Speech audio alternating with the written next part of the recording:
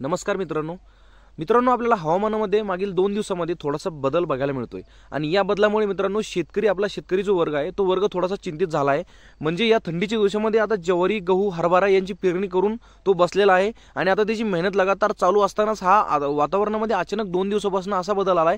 या ठिकाणी धुळीचं प्रमाण कमी झालं, थंडीचं प्रमाण कमी झालं आणि एकदमच अंधार पडल्यासारखा सकाळच्या 8-9 वाजता सुद्धा अंधार पडल्यासारखा होतोय। मित्रांनो आता मी तुमच्या समोर हे बोलत आहे तर माझ्या पाठीमागे सुद्धा तसंच ऋतू या ठिकाणी वातावरण निर्माण झालेलं आहे।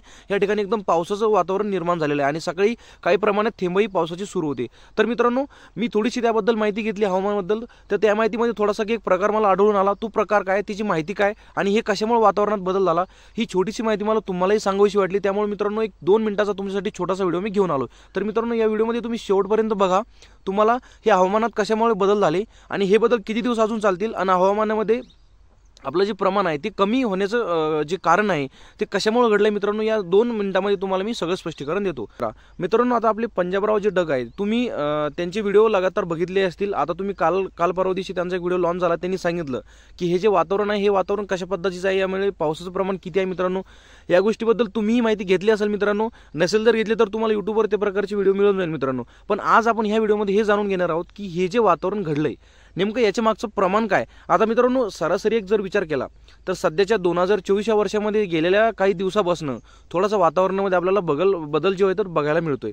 तर मित्रांनो हा बदल बघायला मिळण्याचा मेन उद्देश असा आहे की आपली जी कोकण किनारपट्टी आहे मित्रांनो, या ठिकाणी जी समुद्री लाटा आहेत मित्रांनो, या समुद्री लाटावर आपल्या सगळ्या महाराष्ट्रातल्या वातावरणाचं प्रमाण आढळून येतं आणि त्याच उद्देशावर मित्रांनो आपल्या सह्याद्री न्यूज चॅनलवरती हवामान दर्शवलं जातं। म्हणजे जे काही हवामानाबद्दल आपण न्यूज ऐकता मित्रांनो, हे जे सगळे कोकण किनारपट्टीवरचे आढळणारे हे जे प्रमुख भाग आहेत मित्रांनो। तर आता अशा 2 दिवसामध्ये हे जे हवामान बदलले आहे तर त्याचं मेन कारण मित्रांनो असं आहे की जी कोकण किनारपट्टीमध्ये लाटाचं प्रमाण वाढलेलं आहे मित्रांनो आणि थंडी कमी होण्याचं दुसरं कारण असं आहे ते प्रमाण वाढल्यामुळे मित्रांनो आपलं जे बाष्पीभवन प्रक्रिया असते मित्रांनो, या प्रक्रियेमध्ये कमी जास्त प्रमाण आढळून येतं आणि बाष्पीभवन होण्यासाठी मित्रांनो त्याला प्रमाणापेक्षा जास्त ऊन गरजेचं असतं मित्रांनो आणि या टायमाला ऊन गरजेचं म्हणजे या टायमाला ऊन तितकं त्याला मिळतच नाहीये।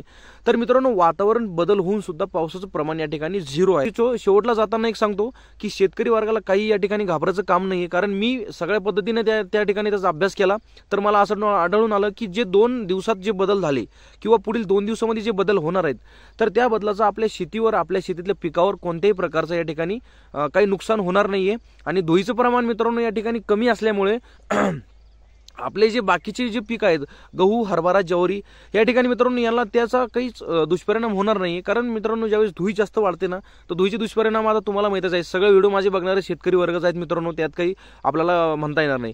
तर मित्रांनो धुळीचं प्रमाण या ठिकाणी मिनिमम आहे, मिडियम आहे, तर त्या ठिकाणी तुम्हाला शेतकरी जे आपले सगळे शेतकरी बंधू आहेत त्यांना घाबरण्याचं या ठिकाणी काहीही कारण नाहीये। या ठिकाणी धुळीचं प्रमाण सुद्धा कमी आहे, आपल्याकडे धुकं जास्त पडणार नाहीये आणि थंडीचं प्रमाण मित्रांनो कमी राहील 2-3 दिवस। जसं की मागच्या काही दिवसापूर्वी परत एकदा असं वातावरण मित्रांनो या ठिकाणी निर्माण झालं होतं।